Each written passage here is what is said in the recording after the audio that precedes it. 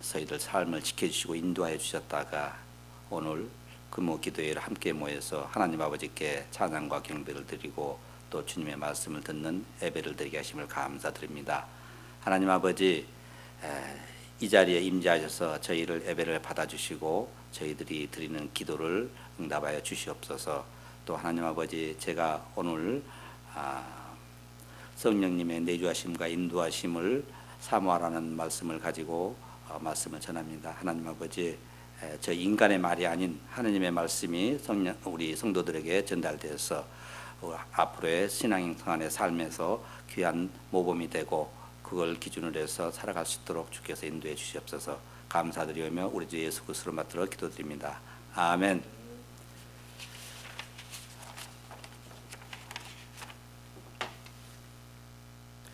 저기 이제 파스칼이라는 그 프랑스의 유명한 철학자가 있습니다. 근데 우리가 초등학교 아니면은 중학교 때 파스칼의 원리라는 물리학의 법칙을 여러분들 기억나시는 거 있습니까?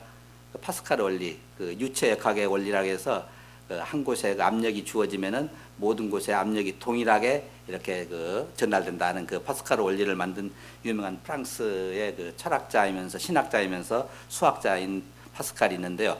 파스칼이 사람이 연약하다는 것을 비유해서 말할 때 뭐라고 말했습니까? 인간은 생각하는 갈대와 같다, 이렇게 말했죠. 갈대라는 것은 바람이 불면은 휩쓸리고 또 조금만 힘을 가해도 부러지는 그런 아주 연약한 존재죠.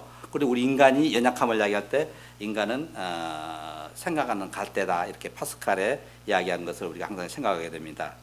또 예수님도 인간의 연약함을 말씀하셨습니다. 마태복음 26장 17절에서 42절까지 보면은 예수님이 이제 지상에서 3년간의 사역을 거의 마치시면서 이제 예수님께서 십자가에 이제 못 박혀 돌아가셨죠. 그래서 이제 예수님께서 이제 대제사장들과 그 다음에 이제 서기관들과 바리새인들한테 이렇게 붙잡혀 가지고 이제 돌아가신 날, 그날 예수님께서는 이제 마가의 다락방에서 최후의 만찬을 하죠. 그래서 예수님께서 자기 빵을 나누시면서 이것은 내 몸이다, 나를 기념하라. 그 다음에 잔을 가지고 포도주를 나눠주시면서 이것은 내 피다, 너희가 나를 기념하라, 이렇게 말씀하시고 최후의 만찬을 끝내시고 그 다음에 제자들을 데리고 어디로 갑니까? 겟세마네 동산으로 가죠. 겟세마네 동산. 겟세마네 동산에 가셔서 제자들을 한 곳에 머무르게 하시고 내가 이제 기도하러 가니까 너희들은 여기서 기다리라 그럴 겁니다. 그리고 이제 예수님께서는 베드로와 야고보와 요한 세 사람을 데리고 또 좀 더 멀리 떨어져 가죠. 그래서 조금 한적한 곳으로 가셔가지고 그다음에 베드로와 야고보와 요한에게 여기에 머물러 있어라, 머물러서 깨어 있어서 나와 함께 깨어 있어라, 이렇게 이야기하고 예수님께서는 좀 더 앞으로 나가셔서 땀방울이 핏방울이 되도록 하느님 앞에 기도합니다. 이 잔을 내가 마시지 않고 지나가게 해주십시오. 그러나 내 온대로 하지 마시고 하느님의 뜻대로 하십시오, 이렇게 기도를 하고 다시 이제 야고보와 베드로와 야고보와 요한이 있는 데로 돌아와 보니까 어땠습니까? 그들이 잠자고 있었죠. 그렇죠? 그래서 예수님께서 뭐라고 말씀하십니까? 마태복음 26장 4절에 보면은 시험에 들지 않게 깨어 기도하라, 마음에는 온이로되 육신이 약하도다, 이렇게 말씀하십니다. 다시 말해서 우리 인간은 너무나 연약하다는 얘기죠. 너무 부족한 점이 많다는 얘기입니다. 그리고 또 너무 또 약점이 많다는 얘기입니다. 우리가 세상을 살아가면서 또는 믿음 생활이나 신앙 생활을 할 때 우리는 원하지만은 우리의 몸과 마음이 안 따라줘 가지고 우리가 어쩔 수 없이 어떤 일을 못 하는 경우가 많이 있습니다. 예를 들어서 우리가 이제 주일날 와서 이제 예배를 드리죠. 예배를 드릴 때 신령과 진정으로 하나님께 집중해서 예배를 드리라고 그러는데 어떻습니까? 때로는 우리가 예배를 드리다가 느닷없이 세상 일이 갑자기 생각이 나가지고 하나님 앞에 예배에 집중하지 못하는 경우가 있죠. 그렇죠? 그리고 또 때로는 우리 믿음이 연약해져 가지고 내가 지금 제대로 하나님을 믿고 있는가, 내 믿음이 온전한 것인가, 이렇게 의심도 하고 그 다음에 하나님의 말씀이 의심이 되기도 하고, 이렇게 우리는 때로는 우리 연약함 때문에 우리가 확신을 가지고 신앙생활을 못할 때가 많이 있습니다. 그리고 또 하나님의 말씀대로 살지 못할 때도 많이 있습니다. 그러면 어떻게 하면 우리가 이런 연약함을 극복할 수 있는가? 성경에서는 뭐라고 말하고 있습니까? 성경에서는 성령님께서 우리에게 오셔가지고 우리 안에 내주하시고 우리를 인도하실 때 우리 연약함이 극복된다고 말하고 있습니다. 그래서 이제 우리 인간에게, 연약한 인간에게 성령의 도우심이 필요하다는 성경의 증거가 많이 있습니다. 요한복음 16장 1절에서 6절을 보면은 예수님께서는 제자들에게 얼마 안 있어서 자기가 제자들을 떠나서 하나님께로 돌아갈 것이며 그때는 제자들이 세상으로부터 핍박을 받으실 것이라고 이야기를 하자 제자들은 근심과 걱정에 쌓이지요. 그래서 예수님께서는 뭐라고 합니까? 제자들에게 자기가 이 세상을 떠나가지 아니하면은 보혜사 성령님이 오시지 않을 것이라고 이야기합니다. 그 요한복음 16장 7절을 보면은 그러나 내가 너희에게 실상을 말하노니 내가 떠나가는 것이 너희에게 유익이라. 내가 떠나가지 아니하면 보혜사가 너희에게 오시지 아니할 것이요 가면 내가 그를 너희에게로 보내리니 이렇게 말씀하십니다. 예수님께서는 십자가에 못 박혀 죽으시고 장사한 지 사흘 만에 살아나셔가지고 40일 동안 지상에 계시면서 제자들을 다시 불러 모셔가지고 그 망망하고 절망에 쌓여 있는 제자들을 다시 그 용기를 주고 다시 이제 소망을 갖게 합니다.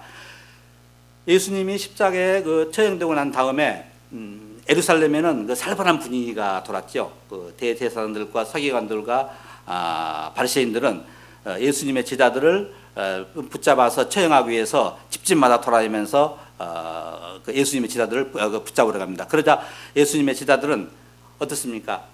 예수님께서 그 메시아라고 해서 로마 제국을 멸망시키고 이스라엘을 회복시켜서 다시 이제 이스라엘이 과거의 영광을 되찾을 것이라고 이렇게 생각했는데 예수님께서 그냥 로마 병사들한테 붙잡혀가지고 십자가에 못 박혀 돌아가셨어요. 그러니까 얼마나 절망되고 낙심되겠습니까?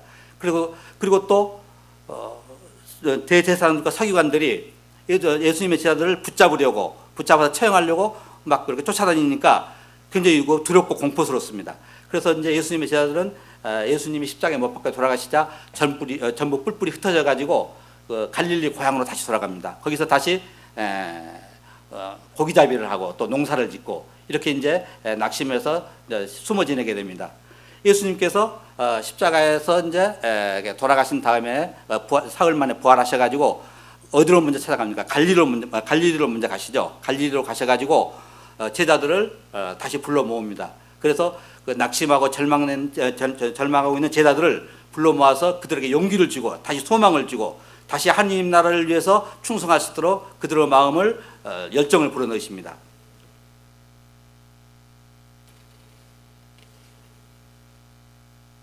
그리고 이제 그러는 가운데 예수님께서는 이제 사도행전 1장 4절에서 부하 후 사도들과 함께 모였을 때 예수님께서 이제 제자들에게 분부하시기를 예루살렘을 떠나지 말고 내게서 들은 바 아버지께서 약속하신 것을 기다리라고 말씀하십니다. 아버지께서 약속한 것이 뭐죠? 성령님이시죠. 성령님께서 오시는 것이죠. 예. 그래서 이는 곧 성령님이 제자들에게 오셔서 그들 각자에게 내주하시고 인도하시기 전에는 복음 사역이나 전도 사역을 하지 말고 예루살렘에서 꼼짝 말고 있으라는 그런 장입니다. 예.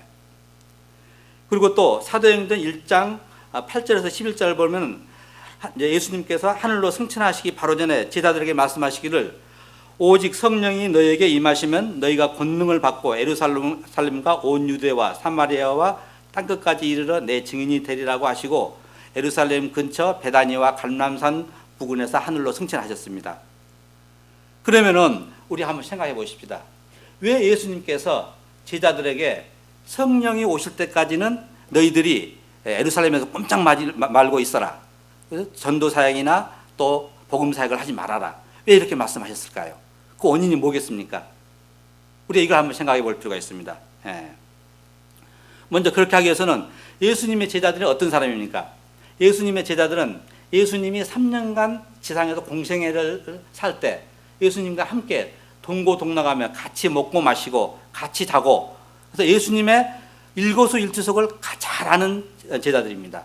12제자를 포함해서 더 많은 제자들이 있죠. 그런데 그리고 동시에 이 예수님의 제자들은 예수님의 인격에 감화된 사람입니다. 그리고 예수님의 말씀을 하나하나 다 자기들이 직접 귀로 듣고 그것을 체험하고 있습니다. 우리는 지금 어떻습니까? 우리가 하느님의 말씀, 예수님의 말씀을 이 성경을 책을 통해서만 우리가 알고 있죠. 근데 예수님의 제자들은 직접 예수님과 함께 살을 부딪히면서 살면서 예수님의 말씀을 듣고 그 다음에 예수님이 행하신 기적을 봤습니다. 예수님이 어떤 기적을 행하셨습니까? 죽은 사람을 살리셨죠. 죽은 나사로를 살리시고 죽은 나인성의 과부의 아들을 살리시고 죽은 회당장 야이로 딸을 살렸습니다. 그 다음에 또 어떤 기적을 행하셨습니까? 무리를 걸으셨습니다. 그 다음에 폭풍을 잠재우셨습니다. 그 다음에 보리떡 5개와 물고기 2마리로 5,000명을 먹이셨습니다. 이런 기적을 예수님께서는 우리 제자들은 다 직접 옆에서 목격을 했습니다. 그러면 예수님을 메시아로 바로 받아들일 수 있습니다. 우리가 어떤 사람이 한 가지 기억만 해도 한 가지 기적만 행해도 우리는 그 사람을 완전히 신뢰할 수 있습니다. 그런데 3년 동안 예수님의 제자들은 예수님과 함께 살면서 예수님과 함께 지내면서 예수님의 말씀을 온전히 받아들이고 예수님의 인격에 감화되고 또 예수님이 행하신 기적을 다 목격했습니다. 그럼에도 불구하고 예수님께서는 성령이 오실 때까지 너희들은 예루살렘에서 꼼짝하지 말고 성령이 오실 때까지 기다리라고 말씀합니다. 그 이유가 뭡니까? 인간의 연약함. 예수님께서는 아무리 인간이 지식이 많고 경험이 많고 또 학식이 많더라도 연약하고 부족한 부분은 어쩔 수 없다. 결정적일 때는 문제가 있다 하는 것을 예수님께서 꿰뚫어 보신 거예요. 그래서 예수님께서는 성령이 오실 때까지 너희들은 예루살렘에서 꼼짝하지 말고 기다려서 기도를 하라 이렇게 말씀하신 겁니다. 우리가 인간의 연약함을 가장 잘 모범이 되는 그 사람이 누굽니까? 베드로죠. 베드로가 어떤 사람입니까? 베드로는 예수님의 제자 중에서도 제자입니다. 수제자입니다. 제일 예수님을 사랑한 사람입니다. 또 예수님께서 제일 베드로를 사랑했습니다. 그런데 베드로는 어떻습니까? 베드로는 예수님을 3번 부인했습니다. 베드로는 예수님께서 가이사라에서 너희들은 나를 누구라고 생각하느냐 이렇게 이야기했을 때 베드로가 뭐라고 합니까? 주는 그리스도시요 살아계신 하느님의 아들이십니다고. 다시 말해서 예수님의 정체성을 가장 정확하게 이야기했습니다. 그래서 예수님께서 뭐라고 했습니까? 이것을 알게 하신 이는 사람이 아니요 하느님이시다. 너의 이름, 너의 반석 위에 내 교회를 세우겠다고 예수님께서 그렇게 극찬을 합니다. 그런 베드로입니다. 그리고 베드로도 예수님을 가장 사랑했어요. 예수님께서 부활해가지고서 맨 처음 고기를 잡고 있는 제자들한테 찾아왔을 때 요한이 먼저 예수님인지 알아봤죠. 그래가지고 어떻게 했습니까? 주님이 오셨다고 이야기합니다. 베드로가 깜짝 놀라가지고 고기를 잡다가 겉옷을 벗어붙이고 바로 물속으로 들어가가지고 물속에 들어가서 물에 걸어서 예수님한테 갑니다. 다른 제자들은 그냥 배에 그대로 있어요. 그렇게 열정적이었습니다. 베드로는. 그런 베드로가 예수님께서 돌아가시기 전에 너희들 중에 내가 십자가에 못 박히면은 너희들이 다 나를 버리고 흩어지리라 이렇게 말씀을 하십니다. 그러니까 베드로가 뭐라고 합니까? 아닙니다. 다른 사람은 다 예수님을 버릴지라도 나는 절대로 예수님을 안 버리겠습니다. 이렇게 아주 맹세하고 이렇게 호언장담을 합니다. 그러니까 예수님께서 뭐라고 어떻게 하십니까? 지그시 베드로를 바라보시면서 베드로야 내가 닭이 울기 전에 3번 나를 부인하리라 이렇게 말씀하십니다. 그리고 그 다음에 어떻습니까? 베드로가 그래도 다른 제자들과는 달리 수제자이기 때문에 예수님께서 대제사장과 바리새인들과 서기관들이 보낸 그 나돌들에게 체포되어 가지고 대제사장의 집으로 갈 때 베드로는 따라갔습니다. 베드로는 같이 따라갔죠. 예. 근데 그 베드로가 대제사장 집에 갈 수 있었던 것은 그 신학자들의 그 이야기에 의하면은 그 요한 있죠. 세베대의 아들 야고보와 요한. 그 세베대의 아들 야고보와 요한이 요한이 그 갈릴리 바다에서 물고기 잡이를 해서 했는데 그 물고기 잡이를 크게 한 것으로 이렇게 이해를 하고 있습니다. 그래서 물고기 잡이를 해가지고 그 대제사장 집에 물고기를 납품했다고 이렇게 신학자들은 파악을 하고 있습니다. 그래서 그 옛날에 그 2000년 전에는 이 물고기가 단백질 공급에 제일 좋은 그저 공급원이었던 것 같아요. 보니까 더구나 이제 이스라엘 같은 데서. 그래서 이제 세베대의 아들인 야고보와 요한이 그 대제사장 가문과에 또 연줄이 있고 또 아림이 있어가지고 그 대제사장 집에까지 뜰에까지 들어갈 수가 있었던 얘기죠. 그래서 베드로가 요한을 통해서 같이 들어간 겁니다. 예수님이 붙잡혀서 이제 대제사장 집으로 들어가는데 베드로도 따라 들어가죠. 그런데 그 들어가는 도중에 이제 거기 하속들이 이제 그 베드로를 보고서 베드로 너도 저기 이제 예수님의 제자다고 이렇게 하니까 3번 부인합니다. 그렇죠? 그 다 여러분도 아시고 있는 사실이에요.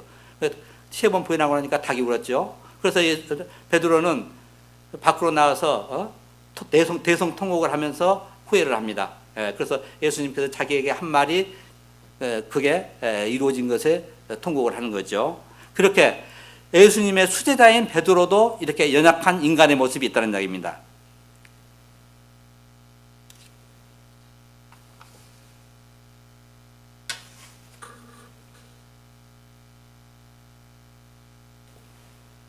사도행전 1장 그 12절에서 14절까지 보면은 제자들이 마가의 다락방에서 기도에 열중하게 됩니다.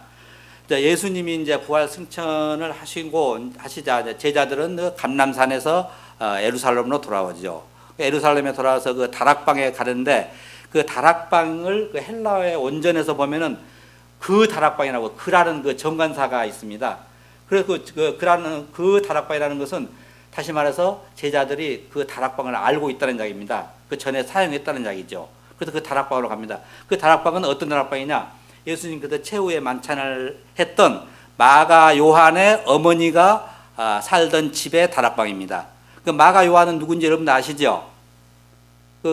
구브로의 그 사도인 바나바의 생질이죠. 바나바는 사도 바울이 이제 그 다메섹에서 예수님을 만나고 이제 회심을 해가지고 이제 그 예수님의 제자들의 핍박자에서 다시 이제 예수님을 따르는 이제 신자로서 이렇게 이제 변화돼가지고 예수님의 복음을 전하는데 처음에는 예루살렘 교회에서 사도 바울이 자기들을 붙잡으러 다니는 그런 사람인 줄 알고 있기 때문에 안 믿었어요. 그러니까 바나바가 사도 바울을 예루살렘 교회에다 소개도 하고 안디옥 교회에다 소개도 하지요. 그래서 이제 사도 바울이 전도 사역을 할 수 있는 기초를 만들어준 게 바나바입니다. 그 바나바의 생질이 바로 마가 요한입니다. 마가 요한은 사도 바울과 바나바가 첫 번째 전도 여행을 할 때 구브로를 지나서 지금 소아시아 터키까지 갔다가 병이 나서 바로 이제 다시 예루살렘으로 돌아오는 그런 이제 기사를 아마 사도행전에서 볼 수가 있습니다. 그래서 이제 마가의 다락방에 예수님의 제자들이 들어가서 계속해서 이제 기도를 하죠. 문을 걸어 잠그고 아까도 말씀드렸습니다만은 그때까지도 예루살렘에는 그 예수님의 제자들을 붙잡아서 감옥에 가두고 처형하려는 그런 분위기가 있었습니다. 거기에 가장 으뜸되는 사람이 바로 아까 말씀드린 사도 바울이죠. 사도 바울이 회심하기 전에는 가장 열심으로 유대교를 믿는 사람이었기 때문에 예수님의 제자들을 붙잡아서 감옥에 가두고 처형하는 일에 앞장섰습니다. 그래서 이제 예수님의 제자들은 자기들이 혹시 붙잡혀서 처형당할까 봐 공포와 두려움 속에서 마가 다락방에서 밖으로 나오지 않고 계속 거기서 문을 걸어 잠그고 기도만 합니다. 기도를 며칠간 했습니까? 한 7일간 정도, 8일 정도 했죠. 기도를 했는데 오순절이 됐습니다. 오순절은 6월절부터 50일째 되는 날이죠. 순이란 말이 뭐죠? 순이라는 것은 10일을 말 10일. 우리가 이제 한 달을 상순, 중순, 하순 그러죠. 그래서 상순은 첫 10일, 중순은 둘째 10일, 하순은 셋째 10일. 그래서 10일을 순이라고 말합니다. 그래서 오순이라는 것은 5번이 10일이니까 50일입니다.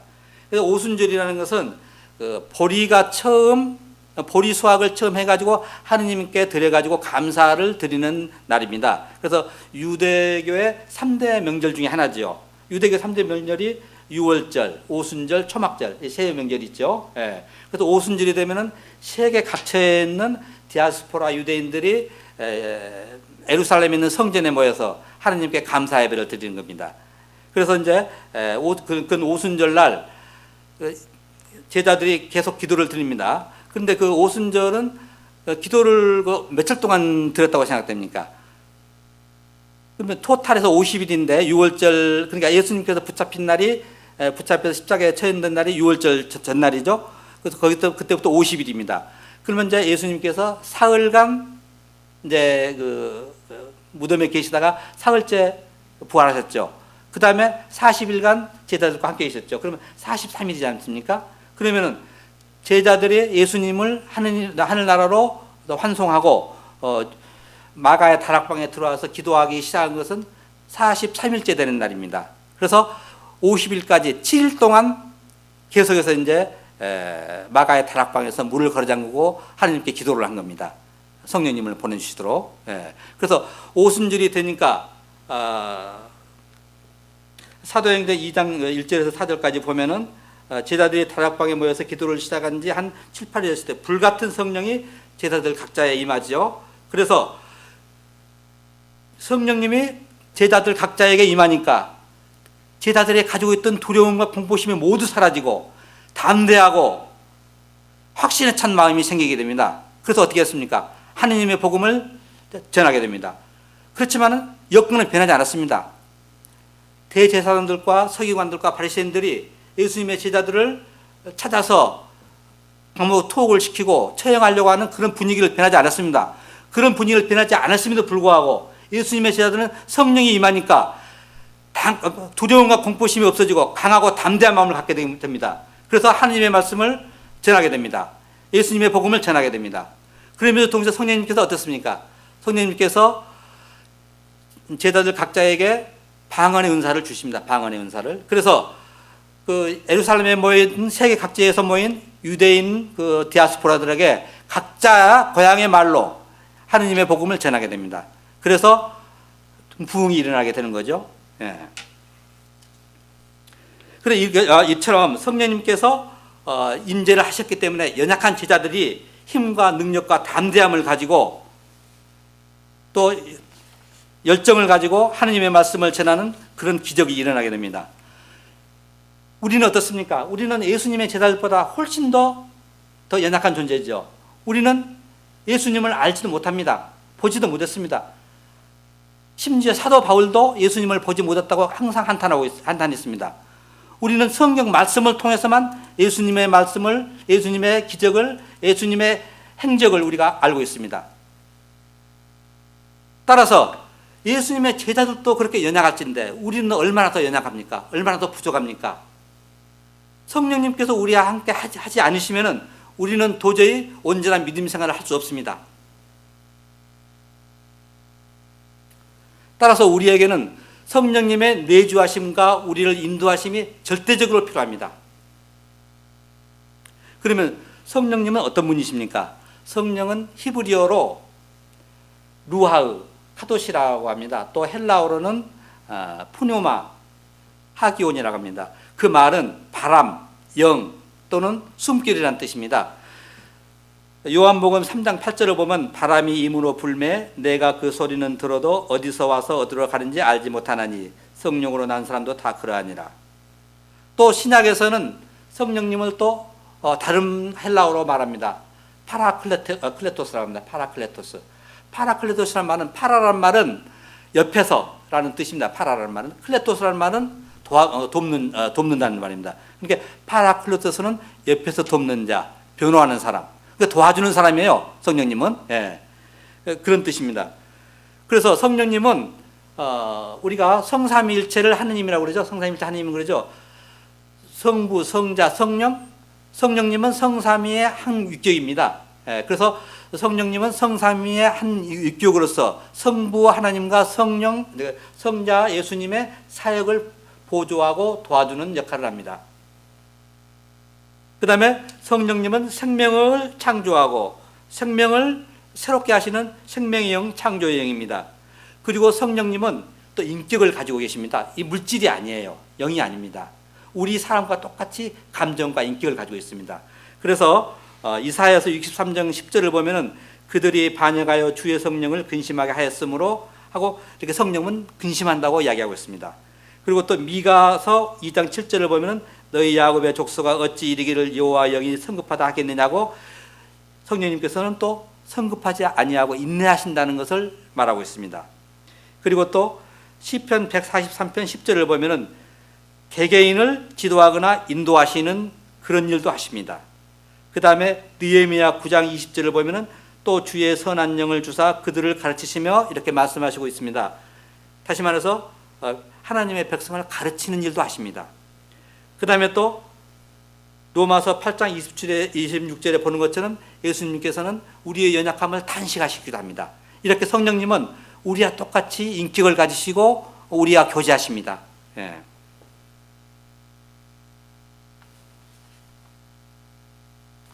그러면 성령님은 우리에게 내주하시고 우리에게 인도하시는데 어떻게 우리를 도우시는가? 첫째, 요한복음 16장 13절에서 보면 우리를 모든 진리 가운데로 인도하십니다. 두 번째로 요한복음 16장 14절을 보면 예수님의 영광을 나타내시고 그 다음에 또 요한복음 15장 26절을 보면 예수님을 증거하십니다. 성령님은 가장 중요한 일이 예수님을 증거하시는 일을 합니다. 물론 창세기에 보면은 창세기 1장 2절에 보면은 성령님이 어떻습니까? 하나님의 신이 수면 위에 운행하시더라고 하나님께서 창조 사역을 시작하실 때 성령님께서 함께 창조 사역을 돕습니다. 그리고 또 성령님께서는 하나님께서 어떤 큰 일을 맡기시기 위해서 사람을 세우실 때 그 사람에게 능력을 하시는 그런 역할을 합니다.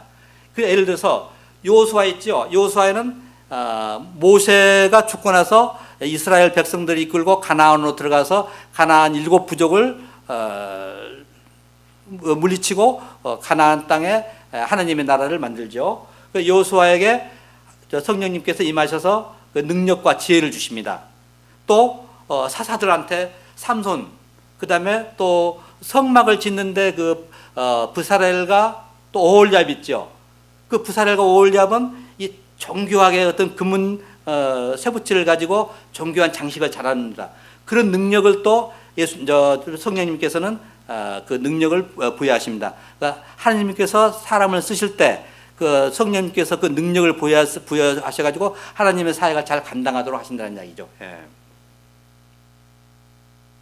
그 다음에 또 성령님께서는 모든 것을 가르치고 예수님이 말한 모든 것을 생각나게 하십니다. 요한복음 14장 24절 있죠. 그 다음에 또 가장 중요한 것은 우리의 연약함을 도우십니다. 로마서 8장 26절을 보면 이와 같이 성령도 우리의 연약함을 도우시나니 우리는 마땅히 기도할 바를 알지 못하나 오직 성령이 말할 수 없는 탄식으로 우리를 위하여 간구하시느니라. 그래서 우리의 연약함을 도우셔서 우리가 온전한 믿음 생활과 신앙 생활을 하시도록 도우시는 겁니다. 그러면은 우리가 성령님께서 우리 심령 속에 내주하시고 우리를 인도하시면 어떤 일이 일어나는가? 갈라디아서 5장 22절에서 23절까지 보면은 우리가 성령이 충만하게 되면 어떻습니까? 성령의 9가지 열매가 우리에게 나타납니다. 9가지 열매가 뭐죠? 사랑과 희락과 화평과 오래 참음과 자비와 양성과 충성과 온유와 절제, 이 9가지죠. 이런 항목들은 여러분도 좀 그렇게 암기하는 게 좋습니다. 우리가 암기를 어떻게 하면 잘하느냐? 저희들이 이제 그 운율로 암기하는 게 좋습니다. 운율로. 이제 보통 그 한시를 보면은요, 5원 율시하고 7원 절기가 있습니다. 5원 율시라는 것은 산청 하목 화력엔, 그래서 딴딴딴딴딴. 그때 5원 율시입니다. 그 다음에 7원 절기는 풍급천고 원소외, 그러니까 두보의 시입니다만은 딴딴딴딴딴딴딴 이런 식으로 이제 외우면은요, 그게 잘 외워져요. 운율을 따서 외우면. 그래서 어떻게 외우느냐? 성경 말씀들을 그 첫 줄도 있죠, 첫 줄. 그 첫자의 첫자를 쭉 이렇게 따가지고 그것을 오온율시나 칠원절기로 만듭니다. 그래가지고 그것을 계속해서 이제 반복해서 이렇게 외우면은 그 첫 자만 딱 외우면은 그다음 줄거리는 그다음에 저절로 나와요. 제가 이제 우리 그 고린도전서 13장 상이 뭡니까? 사랑의 장이죠. 그렇죠? 사랑에 대해서 말하고 있죠. 사랑에는 15가지 속성이 있습니다. 그 아세요, 여러분들? 15가지 속성. 제가 말해볼까요? 저는 그렇게 외웠어요. 예. 오온시자교, 무유성악불진, 모참 밑박연, 모참 밑박연. 이게 오온율시죠? 그러면, 오온시자교, 오온시자교. 사랑은 온유하며, 사랑은 오래 참고, 사랑은 온유하며, 사랑은 시기하지 않고, 자랑하지 않고, 교만하지 아니하며, 오온시자교죠. 그 다음에 무유성악불, 무례히 행하지 않고, 자기 유익을 구치 아니하며, 성내지 아니하고, 또 악한 것을 생각하지 아니하고, 무유성악불, 불의를 기뻐하지 아니하고, 그 다음에 이제 진리와 함께 기뻐하면 그것은 이제 그 가로로 들어갑니다. 그 다음에 그다음 모참 밑박연, 모든 것을 참으며, 모든 것을 믿으며, 모든 것을 바라며, 모든 것을 견디느니라. 그러면 몇 가지입니까? 사랑의 속성 15가지 나오죠? 그렇죠? 예. 그렇게 이제 운율에 따라서 이렇게 외우면은 잘 외워져요.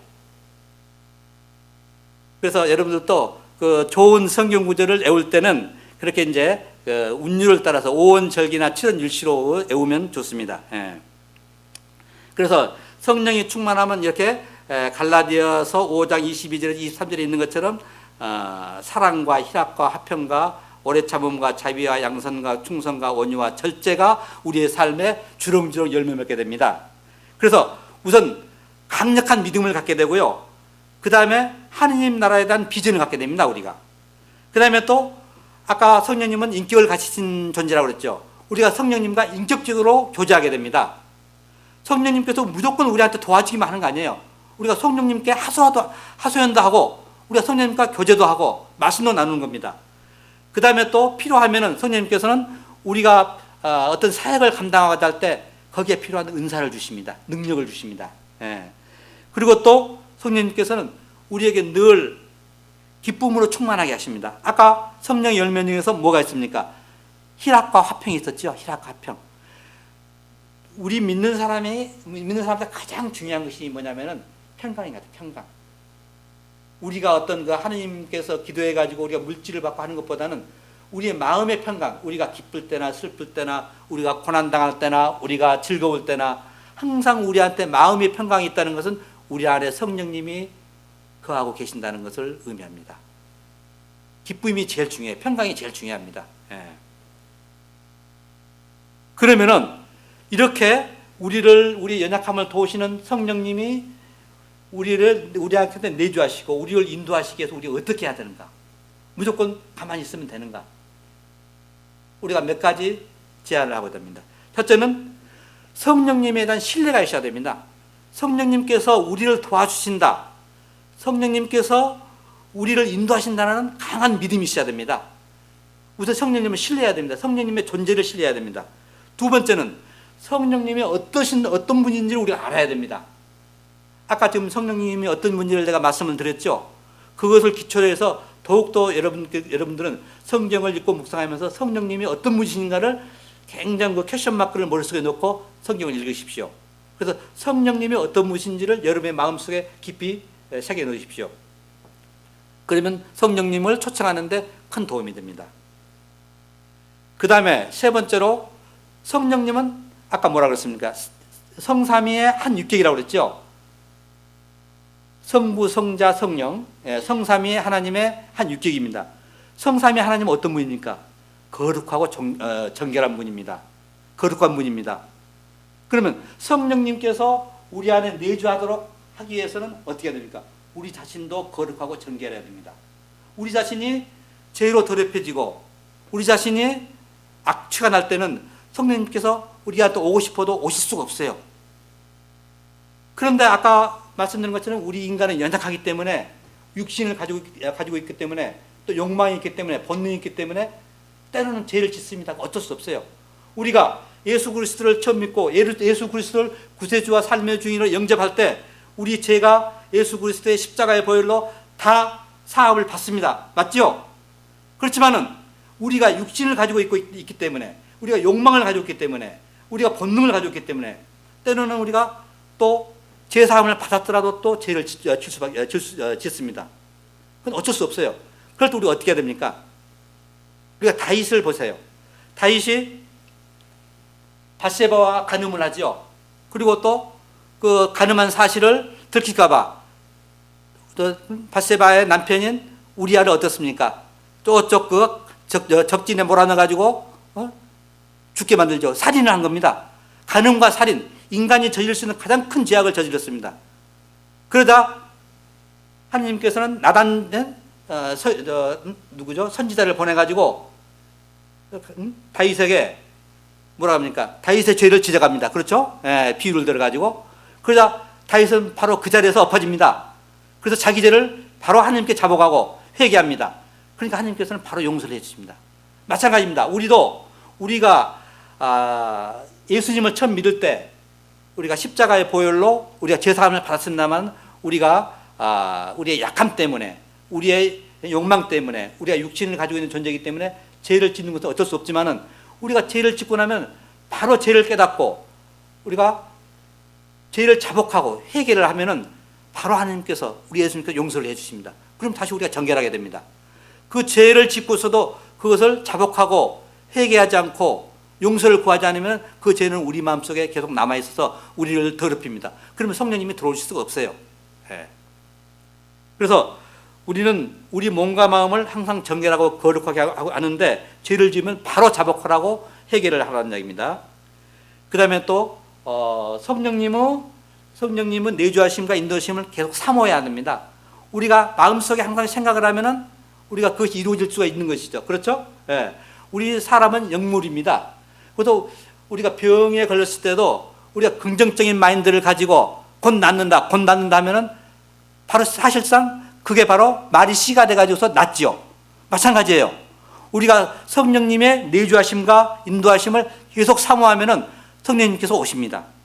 그리고 또 지속적으로 우리가 기도를 해야 됩니다. 계속해서 성령님께서 우리한테 오셔서 나한테 내 심령 속에 내주하시고 나를 인도해 주십시오 하고 계속해서 날마다 끊임없이 기도를 해야 됩니다. 그러면 어느 날인가는 성령님께서 내 심령 속에 내주하시면서 나를 인도하시고 그래서 성령의 아름다운 9가지 열매를 맺게 하십니다. 이상 마치겠습니다.